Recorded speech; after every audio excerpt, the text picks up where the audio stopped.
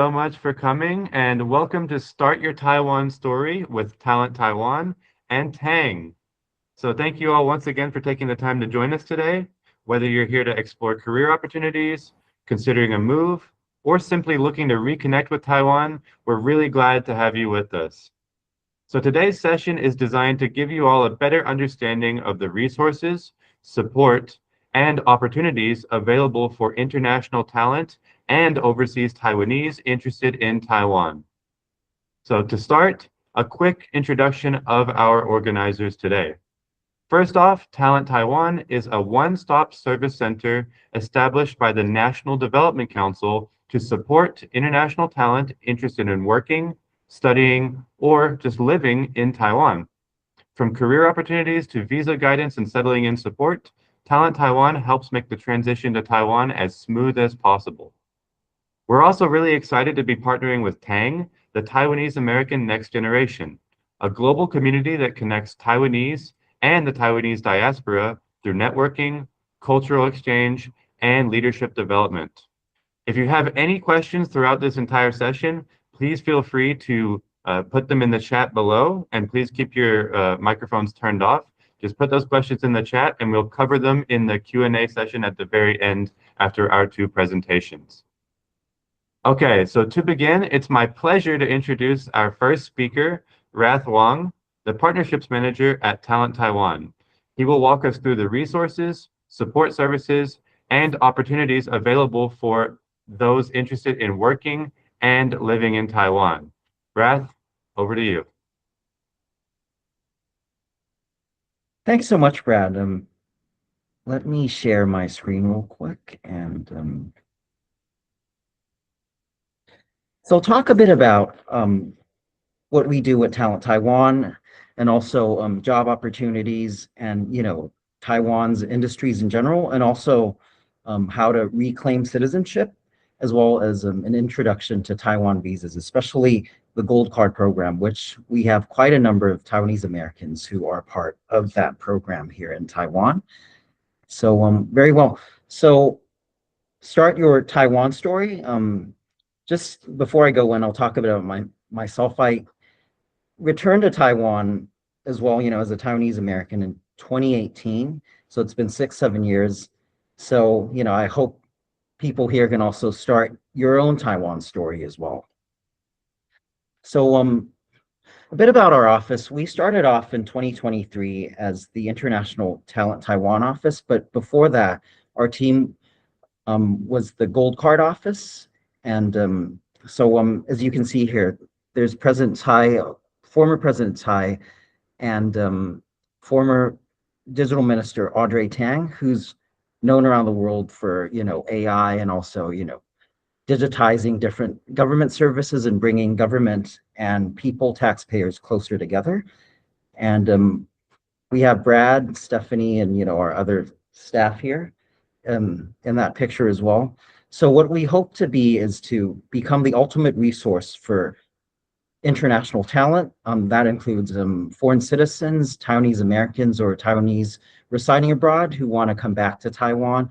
And we hope to be the #1 stop for professionals who want to make Taiwan their second or forever home. And let me play a video of our, office, just so that you have an idea of what we do. Did you know Taiwan ranks among the top destinations for expats around the world? Imagine living in a place where innovation meets tradition, offering a perfect blend for career growth and cultural experiences. Taiwan is the perfect place to build a career, start a family, or begin a new adventure.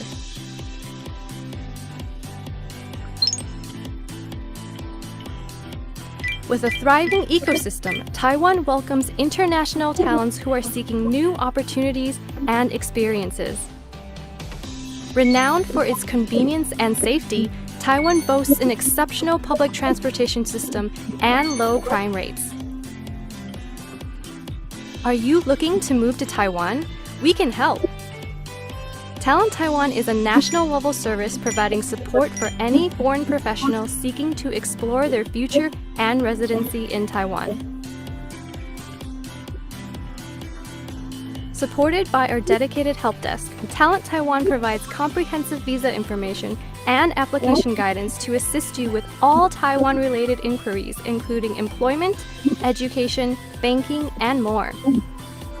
Our team is fully fluent in both English and Mandarin, ensuring you feel comfortable and well-informed throughout your journey. We're here to make your transition as smooth and hassle-free as possible. Ready for your next adventure?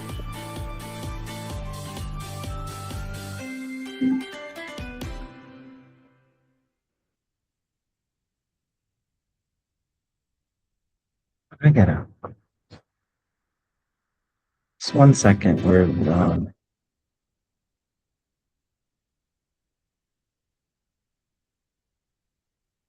So hopefully you know a bit more about what we do now. That was a 1 minute wrap of what we do.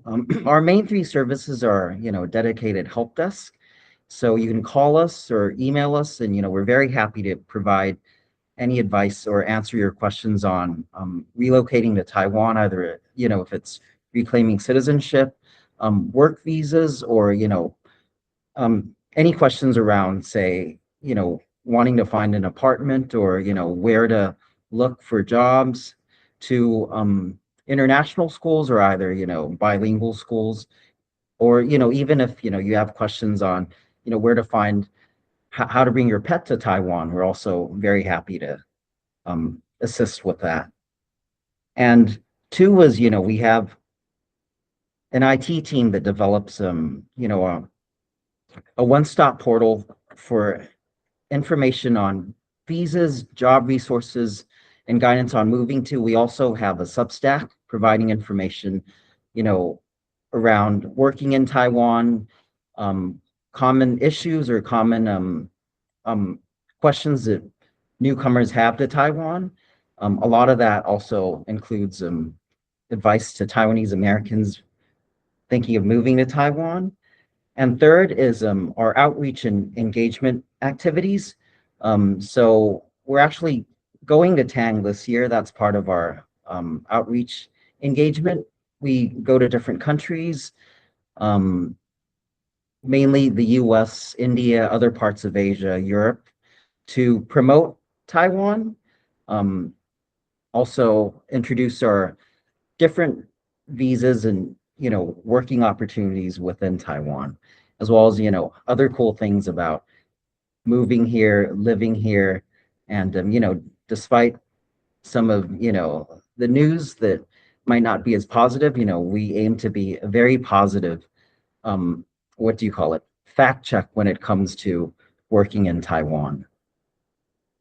And a bit around our partners, and we work with different overseas communities.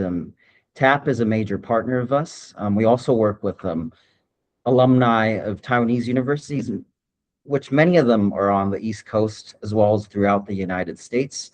And we work with many local universities, many in the US, as well as many around Asia, Europe, you name it. And we also work with job board providers to put out job opportunities for international talent, especially bilinguals.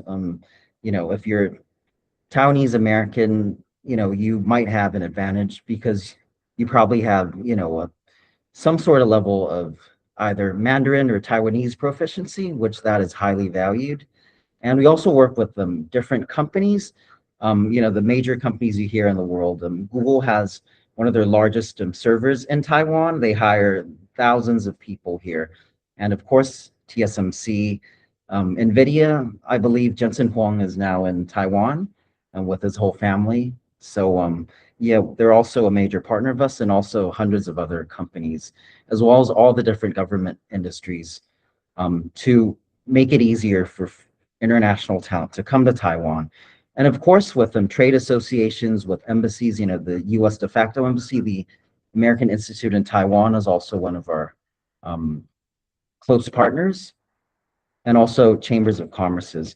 And I wanted to also introduce our website. So if you go to talent.nat.gov.taiwan, you can find all sorts of useful information for those wanting to relocate here. We have a portal that introduces, Taiwan visas, covering over, 50 pathways.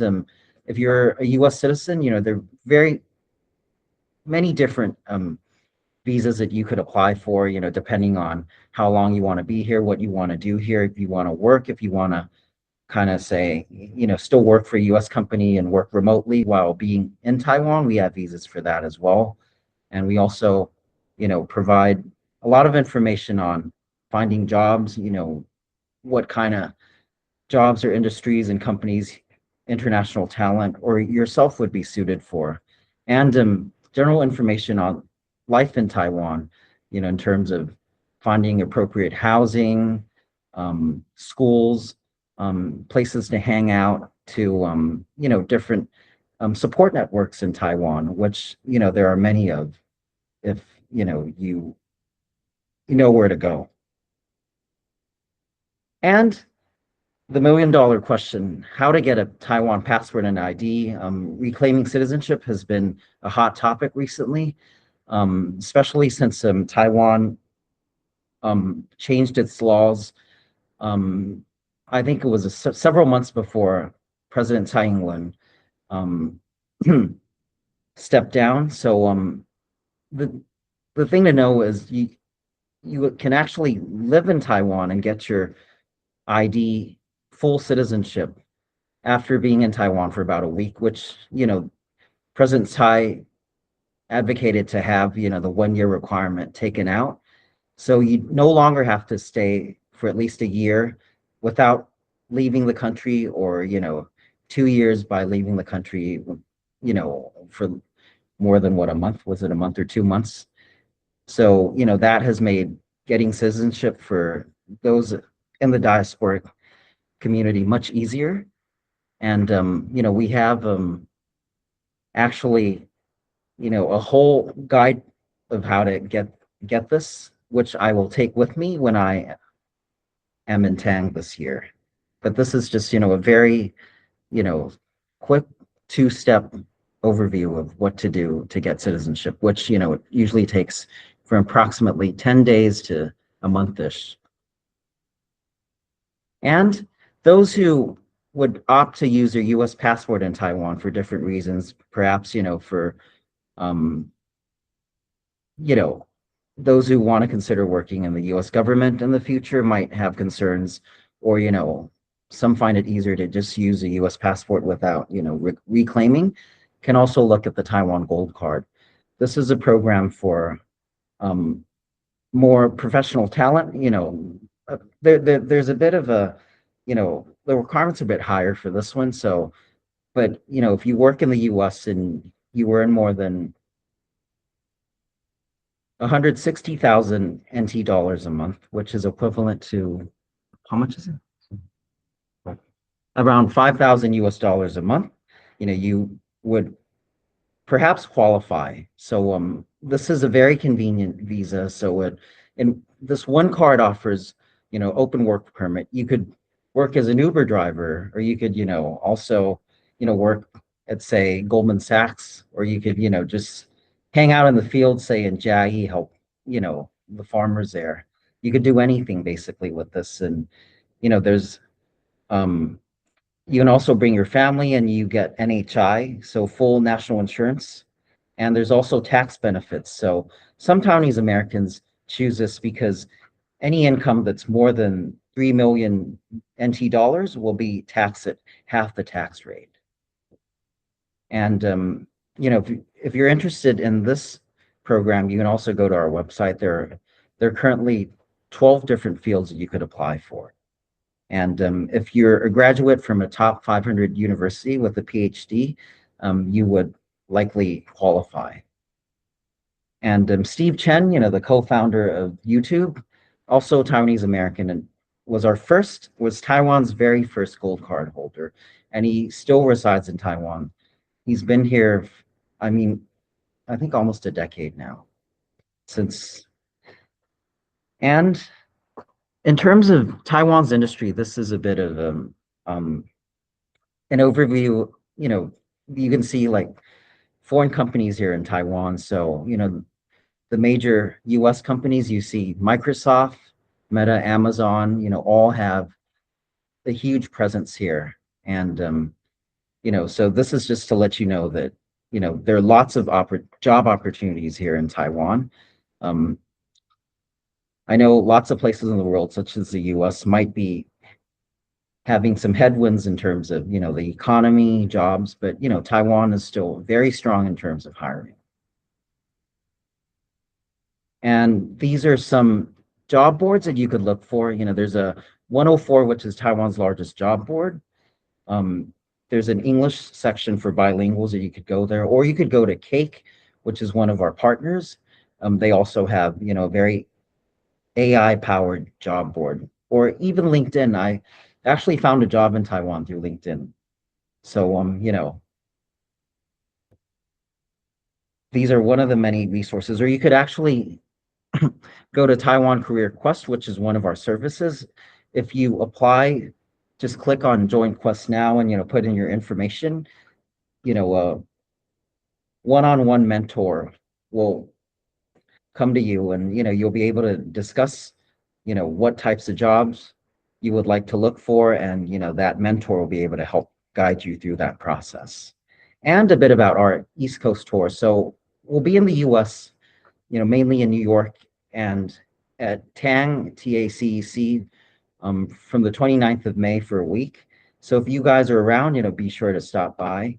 And we'll have an event for TAP as well. So, if you want to hang out, come to Flushing's on the 29th. And our second event is a gold card, introduction session, which we'll be hosting at Taiwan's representative office in New York at TECO NY.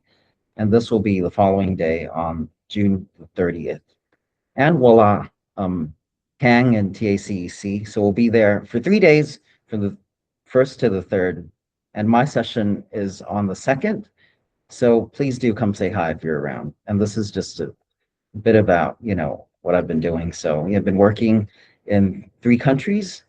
And, I find Taiwan a very good country to live in. And, I'm with no spite of America. I'm still very proudly Taiwanese American, but happily living in Taiwan.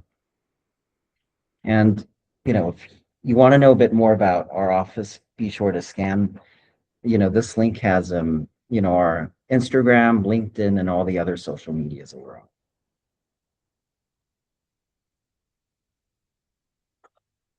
Okay, thank you so much, Rat, for that insightful overview. Looking forward to hearing more in the Q&A.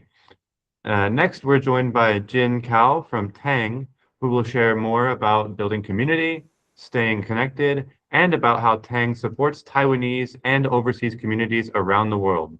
So Jin, the floor is yours. Hi, hello. Hi, everybody. My name is Jin. Nice to meet y'all. I am currently the co-program director of the Young Adults program at Taiwanese American Next Generation, which I'll tell you a little bit about shortly. But I think what I'm going to talk about is a little bit about building your network of Taiwanese Americans here in the States or outside of Taiwan.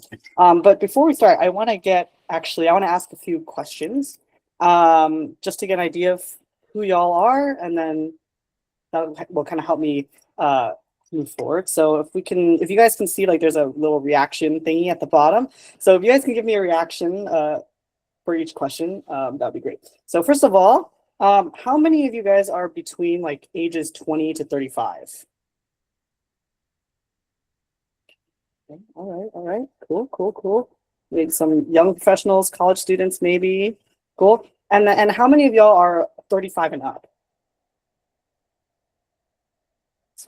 Awesome. Very cool. Great. All right, quite a few. And then how many of you don't have families yet or don't have kids?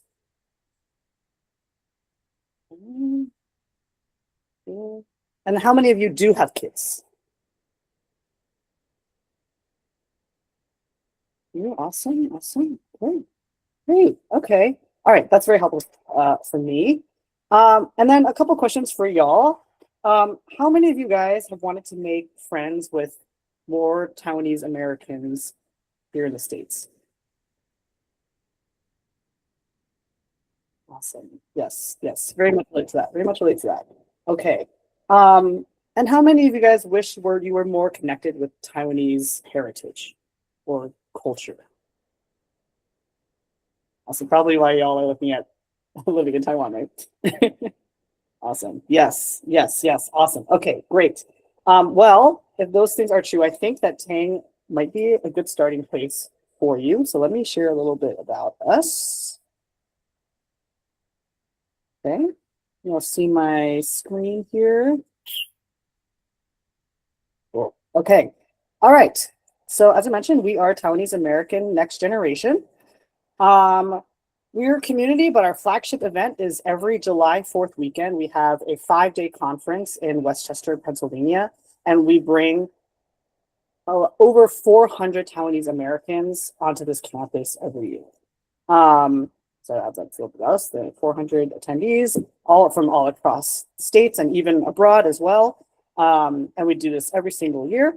We have, there we go. We have 7 programs across a ton of age ranges, all the way from 4 all the way up to like 70, 80 years old. But I'm going to focus on 2 today, mostly 1, which is these 2, the Young Adults Program and the TANG Parents and Adults Program. And these 2 programs are tailored for people in our age range, ages 20 and up, basically. We have 2. So one is kind of a more retreat style, targeted loosely more towards college graduates, young professionals, and people from 20 to 35-ish. It's honestly loose. And then we have a TANG Parents and Adults Program, which is a little bit more conference style. You can kind of come and go as you please. And it's more for parents with children, your mid to late career, typically a little bit on the older side, 35, 40, and up. But people kind of float between the 2. So I'm going to talk a little bit more about the young adults for the purposes of today. Okay, so what are we accomplishing here at TANG? So we have 3 big ones. So one is to build lasting, meaningful relationships with other Taiwanese Americans. I mean, I think we can all relate to this. It's just nice to know other people out there and be able to talk about shared experiences and connect with other Taiwanese Americans. Second is to explore that Taiwanese and Taiwanese American heritage. What does that mean? Like, what does it mean to be Taiwanese? What does it mean to be Taiwanese in America? Getting those, just knowledge about culture. And then the third is to provide a safe space to explore that shared identity and heritage. So not just to make friends and hang out, but to dive a little bit deeper and maybe ask some of the more difficult questions and be able to really poke and prod at ourselves a little bit more. So how do we do that? I'm going to give you some examples of programs we've done in the past to give you an idea, or things that we currently do. So first is kind of addressing that intimate space. A core part of our program is that when you join, you are put into a pod of around 7 people, and you stick with those people throughout the conference. So you really get to know your little small group, your little family of participants, and you will have discussions along the way and get to really dive deep with that group. And then we also will do workshops. For example, we did this workshop last year called the Chart Your Life Path. It was actually joint between both age ranges that I mentioned, where we had the opportunity to kind of draw out core moments in our lives and talk about what those things meant to us. How do we want to make decisions about big core moments that might be upcoming in the future, and learn from each other's experience. In terms of cultural identity, so we do workshops that are kind of like cultural learning. For example, we did this workshop learning about Hakka dyeing last year, which was really fun. And then we also have talks as well. So one year, a couple years ago, we were really lucky that the former premier of the executive Yen actually came to our conference, and we were able to have essentially a one-on-one conversation with him, with just basically a small, intimate group of us directly to the premier. So we have people like that coming through all the time. And then finally, we also have community building and just like fun. So last year we went on a canoe trip and we had a big bonfire afterwards. We almost always have a cooking workshop, and we love to do these kind of community building things where we get to know each other more and have fun. Okay, so some examples of speakers that are coming up this year. So of course, Talent Taiwan, as Rath mentioned, is going to be there teaching us how to start a career in Taiwan if we so desire. We also have 3 other really exciting ones. One is Yi-Jen Yu, who is going to be doing a listening session. We're calling it kind of like a soundscape of Taiwan, where she's going to drop us into 1960s Taiwan and show us what were people listening to on the radio, what were people watching in movie theaters, what were the sounds that you were hearing if you were living in that era as like a high schooler in the 60s. And she's even going to be bringing some vinyls that she found that belonged to her grandma and playing those live for us. We're also bringing Tony Hu, who's a former military attaché, and he's going to be answering questions like, what does the threat of China mean for Taiwan? So like, if you're trying to move to Taiwan, what might that look like for you? Well, how is Taiwan preparing? Those types of questions. And then we're also bringing Dr. Michi Fu, who is a Taiwanese American psychologist who specializes in cross-generational psychology, working with Taiwanese Americans and Asian Americans. And they're going to be running a workshop for us that's going to be allowing our participants to explore how our Taiwanese identity has affected your values, what you want to accomplish in life, and then how do you develop what your legacy will be in the future. Okay, so there, as I mentioned, there's also parents programming, which is quite large. It's a very big program, and the great thing about this is that if you have kids, you can bring your children to go to the children's programming that I mentioned before. So you can kind of see it's a very intergenerational program. So people love to bring their kids, and then you all get to have fun doing your own thing. So some sample programs for that are parenting across generations. I think there's some things that are very specific to parenting within the Taiwanese American community. And this is a place where those kinds of questions can be addressed with other people who are trying to answer the same questions. They also have outings. So we've gone to Topgolf in the past. We do cross-generational workshops. So as I mentioned, we did this charting your life path, but they've also done dialogues with high school students as well to understand, what is Gen Z, Gen Alpha thinking about as they grow up. And then we also do other activities like morning tennis and pickleball with the elder generations as well. So that's a little bit about that. So how is this all relevant to moving to Taiwan, right? And the answer to that is network. I'll talk about this a little bit in the future, but as someone who's also interested in living in Taiwan, when you go there, you probably are going to want to know some people that live there that are not just Taiwanese people, but maybe are Taiwanese Americans like you, or if you're not Taiwanese American, are just within our American and kind of understand what you're going through. And so for me, that has been really helpful, knowing that when I landed Taiwan, I have a network of people that I've met through TANG that kind of have gone through what I'm going through and are in Taiwan now trying to figure it out. Okay, so if you're interested, registration is coming up very soon. It's May 29th. The cost is pretty reasonable. It's $320, and that includes 5 days of programming, all meals included, as well as room and board. So you don't need to book your own hotel or anything. All of that, it's all inclusive for that price. But it does go up after that. So just a heads up. If you are interested, you can register by that QR code, I believe.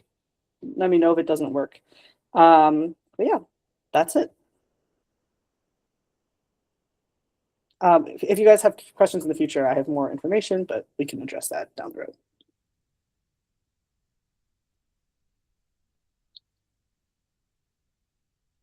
Okay, thank you so much, Jin, for sharing that presentation and all your insights. And yeah, thank you so much. Next, before we move into the audience Q&A, we're going to take a few minutes to have just a short conversation with myself and Jin and also Rath. to ask some questions and explore some of these topics a bit further. This is going to be more of a casual part of the session compared to the presentation, so we can just dive straight into it here. For my first question, I'll ask, of course, both of you have very different relationships with Taiwan. How would you each describe your connection to Taiwan today? So feel free to go ahead, whichever one wants to go first, or I can just pick and put you on the spot. I can Let go you first. pick. Rich. Oh, sure, Okay, yeah. great. Okay. I mean, I think I'm sure people will relate to this. I mean, I feel very proud of being Taiwanese American. I think I grew up in a family that was very active politically, and that was largely my relationship with my Taiwanese identity before, being very proud of that. But in terms of like knowing things about Taiwan, going to Taiwan often, we actually didn't do that very often. So there are like cultural things that I often don't understand. My Taiwanese is like okay, but not great. I can't really speak Mandarin. There's these things. And so like, despite being very proud, I think it can be easy to feel maybe a little bit less than, or feel like there's something missing. I think I what I've learned for myself is if you consider yourself you're Taiwanese, right? The end of story. There's no checklist for what qualifies you. But I think where I am today is embracing the curiosity of wanting to learn more about my heritage and identity. What does that actually mean? And so that can include both just talking to other Taiwanese Americans and exploring it in that way, but also going to Taiwan and experiencing that as well. I think I could relate very much with Jin's story and how they came about, growing up in a politically active family. I used to want to know more about Taiwan. I knew about, the identity, about the politics. But, I might had more familiarity with Taiwan because we would come back once or twice a year, almost every summer or winter, because my grandmother was alive, but never actually lived as an adult in Taiwan. So, and I wanted to know more about Taiwan. And now my connection is, it's now my home because I live here. I've been here for 7 years. And I feel like, I still have both identities. I'm still very proud to be Taiwanese American. I'm still active in US politics and also, but also very active in the local politics here as well. So, that's my connection. And I resonate very much with what Jin mentioned, that anyone could be Taiwanese. And I realized, back in the day, of my parents or my grandparents' age, it was a bit different. It was more close to in terms of, who your ancestors were. But now you look at Taiwan, anyone could be Taiwanese. You look at, you know, people from the West, you look at Southeast Asians, and a lot of them are integrating very well. And, Taiwan's changed so much. And, it used to be very Confucian. Now you have people of, different origins, different backgrounds, different, you know, um, sexual orientations, holding hands in different generations. It's very inclusive. I mean, it's not, the concept or the perception of, a very conservative Asian country that we know, 20 or 50 years ago. So, I'm very proud of what Taiwan has become, and I've seen that firsthand in the 7 years that I've moved back here. Great. Those are some great answers. I have a second question here, and I think both of you have already done a lot of progress kind of answering a lot of this question already, but I'll go ahead and ask it and see if you have anything else to add on to it. This is, as Taiwanese Americans, particularly as one based in the US and one based here in Taiwan, how do you each navigate your identity in relation to Taiwan?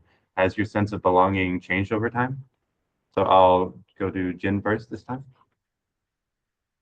Sure. How has my sense of belonging changed over time, and how do I navigate my identity in the U.S.? Right. Yes. Okay. So to answer the first part, and I'm not saying this just because I'm here representing TANG, but TANG has been a very large part of that. I grew up going to this camp every year, and it played a huge part in me formulating my Taiwanese identity just by meeting other Taiwanese Americans that are going through the same thing.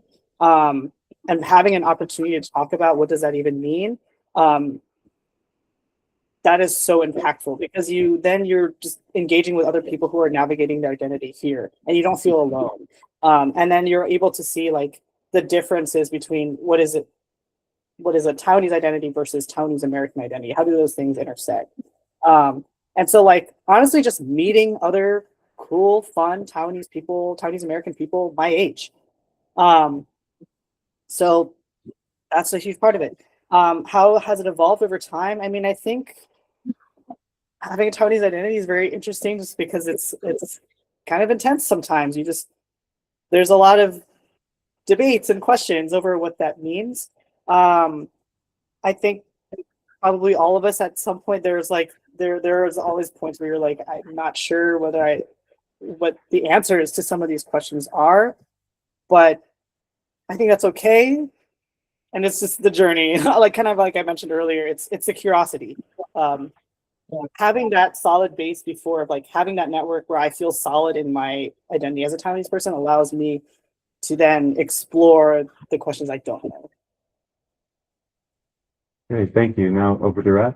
I think Jin described it very well in terms of, being like a journey, because Taiwan, the identity of being Taiwanese itself is in flux. I feel that, it changes over time. And I feel, I think my Taiwanese versus Taiwanese American identity has become more strong, becomes, in terms of being Taiwanese, because I live here, and, I see, the different developments that, we've seen, the past 5-6 years, especially with, different elements that kind of affect that identity. If it, if you see like, more planes flying close to Taiwan, the waters and the strait and all that, I think, there's more of a sense of, oh, things might go in a direction we don't want it to see. And, that makes people more aware and concerned about, why we're different from,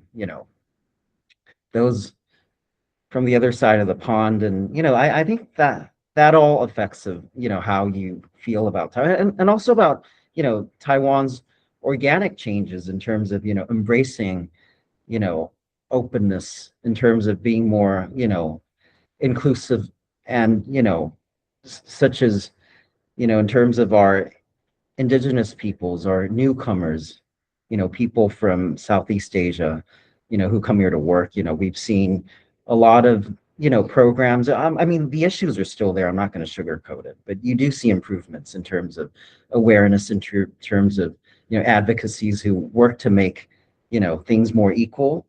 And, also Taiwan embracing more people from overseas, whether it be in a Western countries, South Asia, or, even, immigrants from Ukraine after the war. So, that has all made Taiwan better, in my opinion. And I think, that has made myself, and I feel a lot of people, more proud to be Taiwanese. And I think, and especially with, the last one or two presidents, we've seen more of, you know, encouragement and being Taiwanese, and, being proud to say you're from Taiwan. And I think that has definitely helped. Great, thank you, Raf, and thank you, Jin.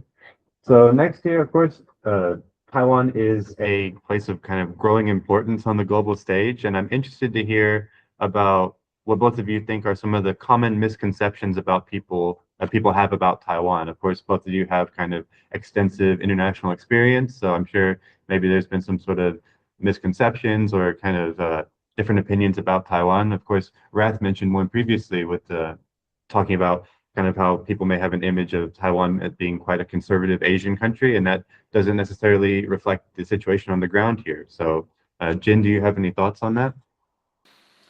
I honestly, I don't know that I'm really an expert on this, having not really lived in Taiwan and not super being an expert in like global relations or anything.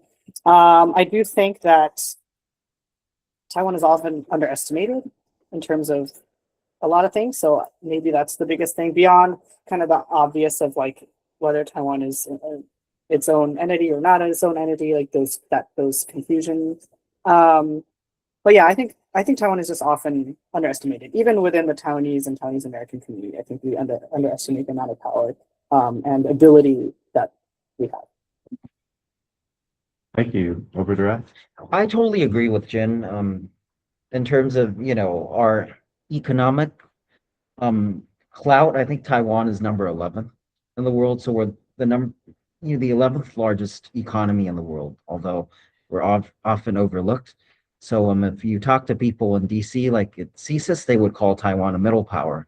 But I think to even Taiwanese Americans or, anyone in the world in Taiwan or outside of Taiwan, they see Taiwan as a tiny little island nation that doesn't have as much of a, but actually, that's not true. I mean, you look at TSMC, if without Taiwan, you know, our iPhones wouldn't be working, or even like, our cars won't be able to drive. And yeah, but the other misconception that I found, even within my own family was, you know, how Taiwan is unlivable in terms of, low pay and all.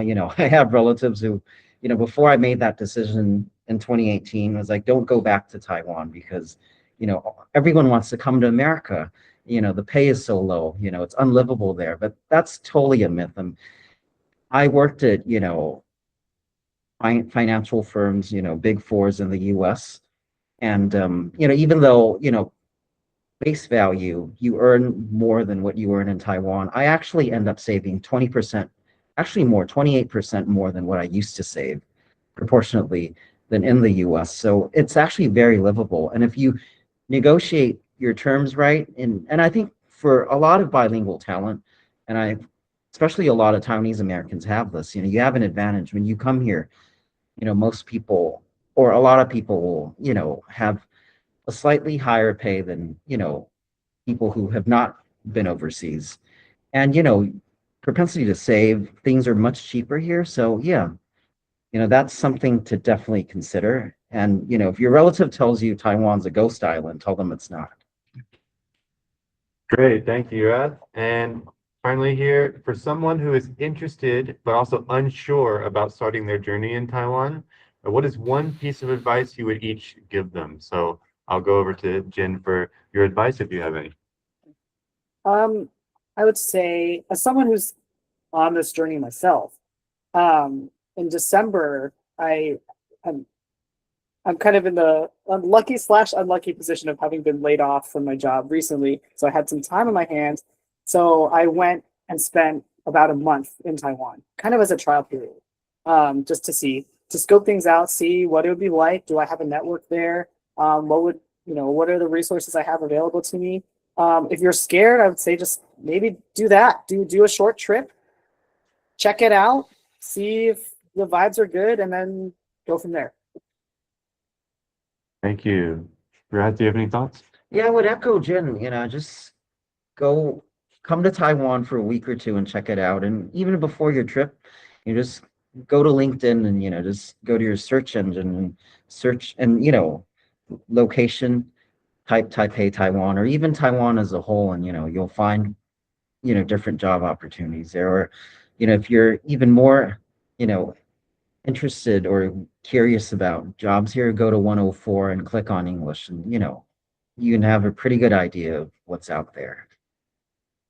Okay, thank you. Now, final question, specifically just for Jin, because Raz's already here with us in Taiwan, but especially after that month you spent in Taiwan, can you imagine yourself moving and living in Taiwan?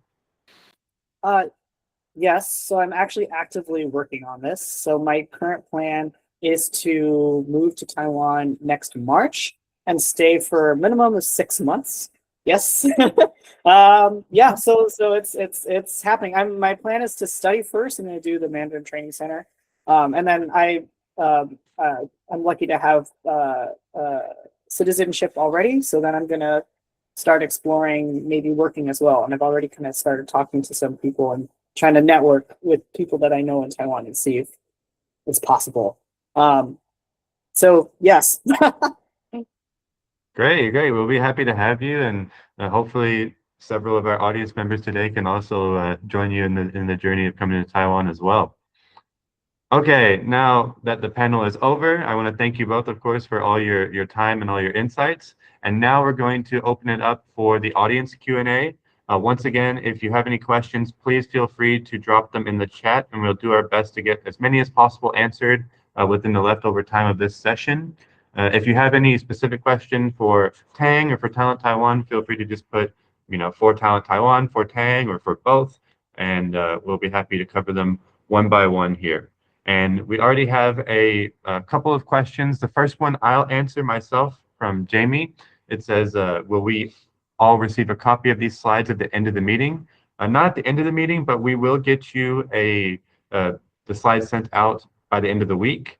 And we will also be posting the recording on our Substack as well of this session if you'd rather go back and listen to some of Jin and Rath's answers to the questions. Next here is a question for Talent Taiwan, so this will be for Rath from Russ. I will be traveling to Taipei next week for a 10-day visit. Does Talent Taiwan have any professional networking events or any meetups scheduled during that time? We actually have a lot of different networking events and meetup events. And be sure to check our Instagram or either our LinkedIn. We post them on our Substack as well. So we have a monthly gold card. We also have other events, the Talent Taiwan hosts, with either happy hours or, or you could actually drop by our office if you want to, have a chit chat. You can book a time. We're usually open Wednesday afternoons and Thursday afternoons. And, one of us or, Brad and myself will probably be at the office. So just, be sure to book a time and come by our office and say hi. Okay, thank you. Next is a question from Jamie. Other than 104, does Taiwan have a specific website like EdJoin in the US for teachers? I'm not sure if Rath or Jin either has any insights into this. I know Rath did share some of the common job-seeking platforms in Taiwan. I'm personally not aware of any teacher-specific platforms, but I'm not sure if either of you want to jump in for that one. Oh yeah, I think Brad pretty much covered it. I'm not sure of any teaching platform, but 104 is definitely a big one. And as you already mentioned, there's 1111, and there's another Taiwan jobs, I think .com.tw, but just Google Taiwan jobs, and you'd probably see something there. And LinkedIn is pretty big as well, though I'm not sure in the education sector which is the best site. But yeah, and our partner Cake, of course, they have an AI job support function there. So if might as well check out Cake.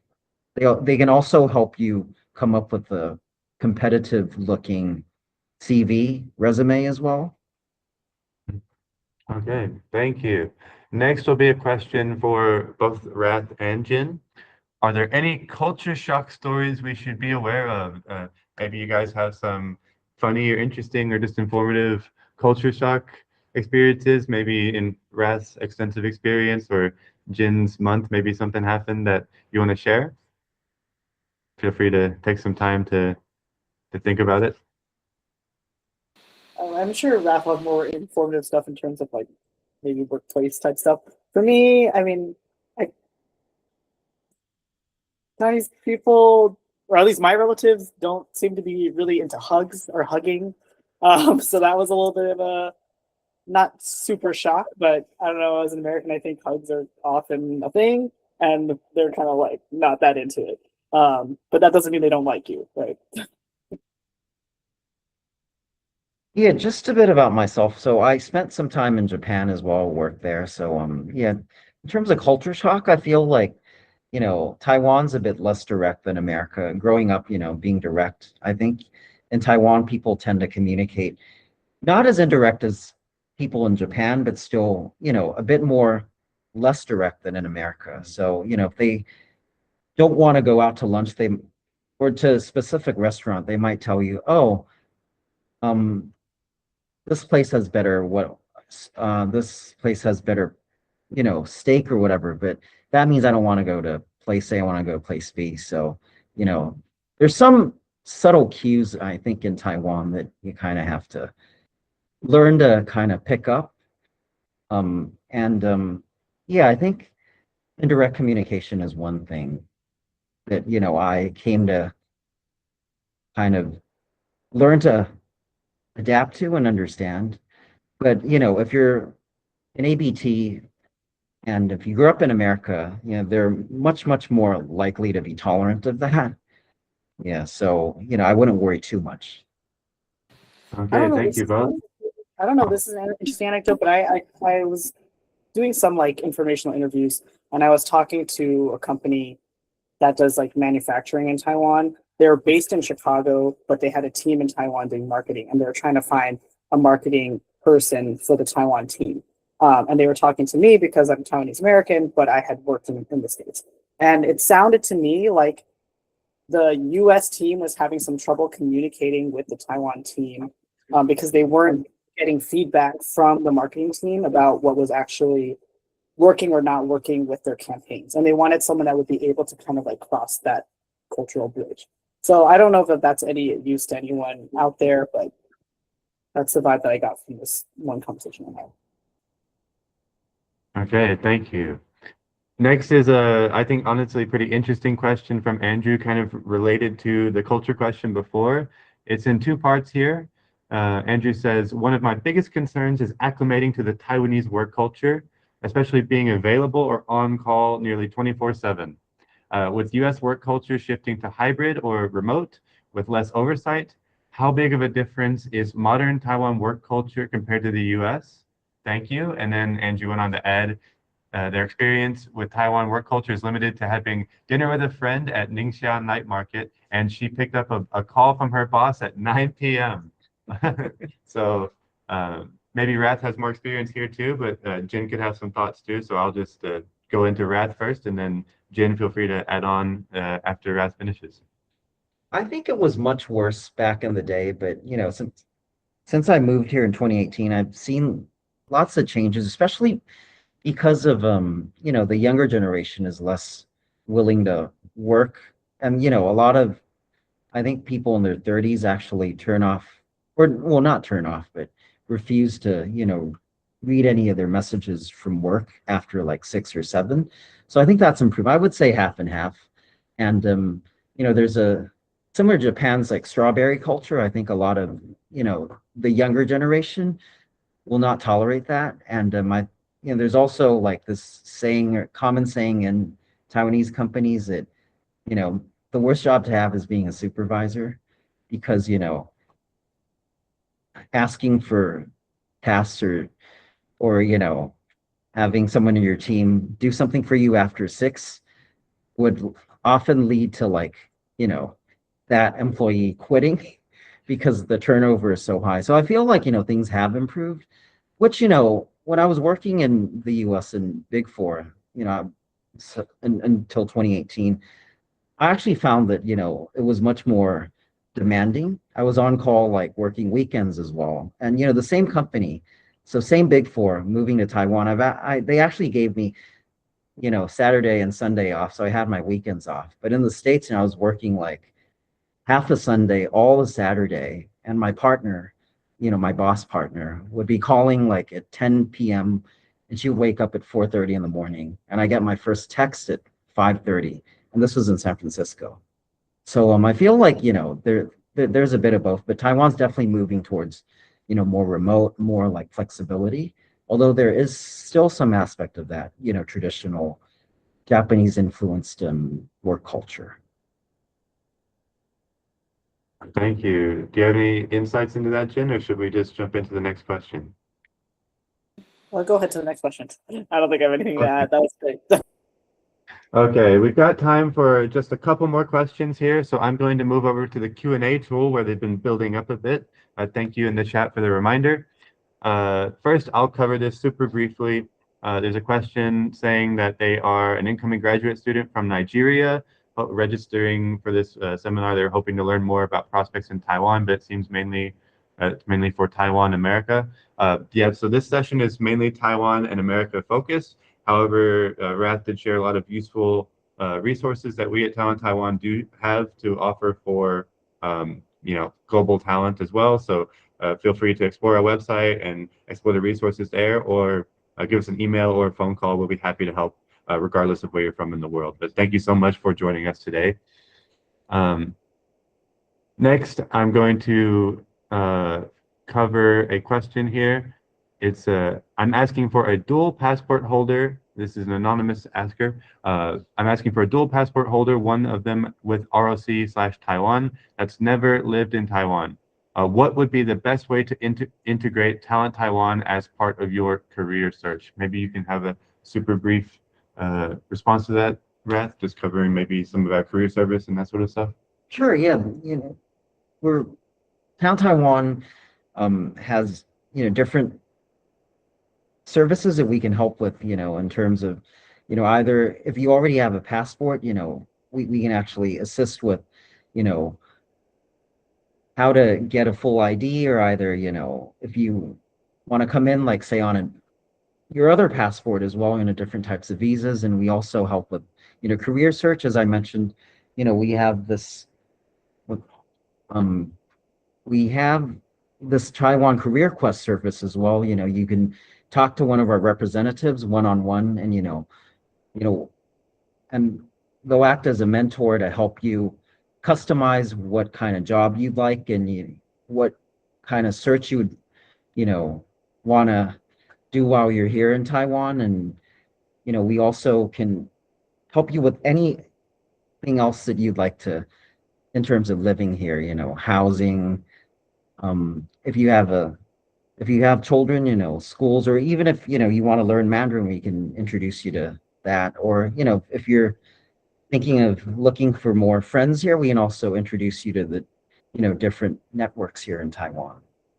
Okay, thank you. And kind of related to what Brad just talked about, for the next anonymous question, asking if we would suggest going through the employer-sponsored route or family-sponsored route from national without household registration to national with household registration. I'll just say feel free to contact our office over email or phone, and we can give you one-on-one consultation based on your background and experience. Unfortunately, our time's limited today, and we only have time for one more question. So I'm going to move over to Sam here, because I think this is a good question that both Rath and Jin could answer. So Sam has said, I'm Taiwanese American with national without household registration Taiwanese passport.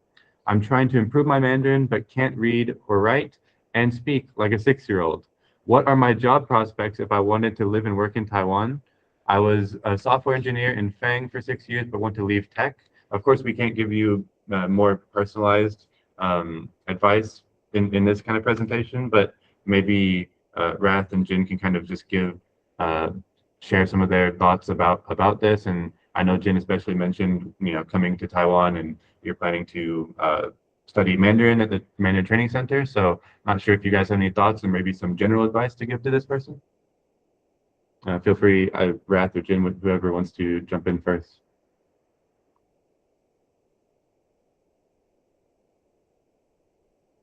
Sure, I can start. In terms of, I think, because I did make that move, I think, my Mandarin wasn't as good. It's still not perfect, but it's improved a lot. So I think there are lots of job opportunities, even if you're still minimal Mandarin.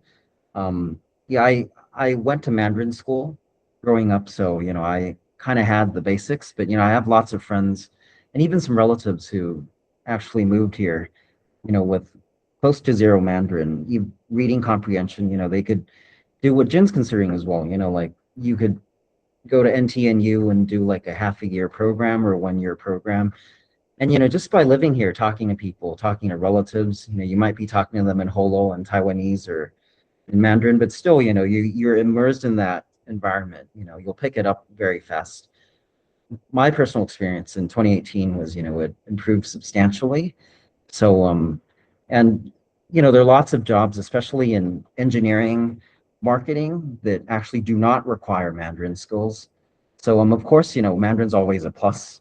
So, you'll get farther in your career with Mandarin, but, even without it, you still work in many companies, Taiwanese companies that have a presence abroad, or either, US, other foreign companies in Taiwan. Yeah, so there are lots of opportunities. I think it's just, how active you are in looking and being able to identify those opportunities. Thank you, Rath. I'm not sure if Jin has anything to share, maybe on the improving Mandarin side of things, or just general sharing about your job search. You may be in kind of a similar position to Sam here, so feel free to share any of your experience. Sure. I don't know that I can speak too much to the job prospects. I'm in a very similar boat. I also can't really speak Mandarin. I can speak Taiwanese okay. My background is in marketing, also from the tech sector. I mean, there are other jobs out there. Like I have a couple of friends that work for like an English language newspaper that they're always looking for editors. You don't need to speak Mandarin to do that. I know people teach. There's like stuff like that. But I'll talk specifically about learning Mandarin. For me, what I'm planning to do is to take classes at the Mandarin Training Center at NTNU. Like Raph mentioned, there's a bunch of locations. I believe they're like 3-month-long semesters, and they're very cheap, especially by US dollar standards, like a few $100 or something. It's like something ridiculously affordable. And I believe, I don't know if you're qualified because you also have a Taiwanese passport. If you don't have a Taiwanese passport, they also give out scholarships for you to learn Mandarin in Taiwan. I think it's called like the Huayu scholarship or something. They will give you up to like 28,000 NTU to like live and like learn Mandarin in Taiwan, and it like can cover most of your living expenses, which is crazy. I don't think I personally qualify. You might not either. There are also, I mean, so like the Mandarin training centers, I think they're focused on reading and writing. So that'd be great if you can kind of speak but can't read and write. I don't know what level it'll get you to after X amount of months.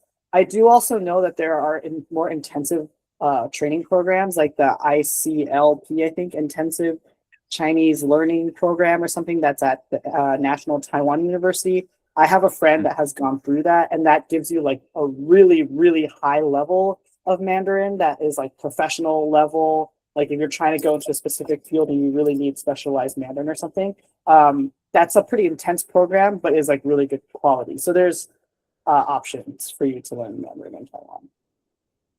Great answers. Thank you so much. Unfortunately, we do have to end the session now. I wish we could stay longer, but we've already exceeded our allocated time. I just want to thank everyone once again for joining us today. We definitely hope that this session has given you a clearer picture of what Taiwan has to offer and how you can begin your journey. If you'd like to learn more or you need any additional support, once again, please feel free to reach out to us at Talent Taiwan or to TANG and connect. We definitely welcome that. Once again, we'll also be attending the TACEC TANG 2026 conference taking place from July 1st to 5th, 2026 this year at Westchester University in Pennsylvania. We will be there specifically on July 1st, 2nd, and 3rd, and we'll be speaking and also hosting a booth. So if you're in the area, please feel free to stop by, say hello, and chat with us if you have any questions. We really appreciate your time, and we hope to see all of you at future events. Hope everyone has a great day. And if you're joining us from Taiwan, have a great day, of course. And if you're joining us from the US, have a great evening and a great night. Thank you all so much.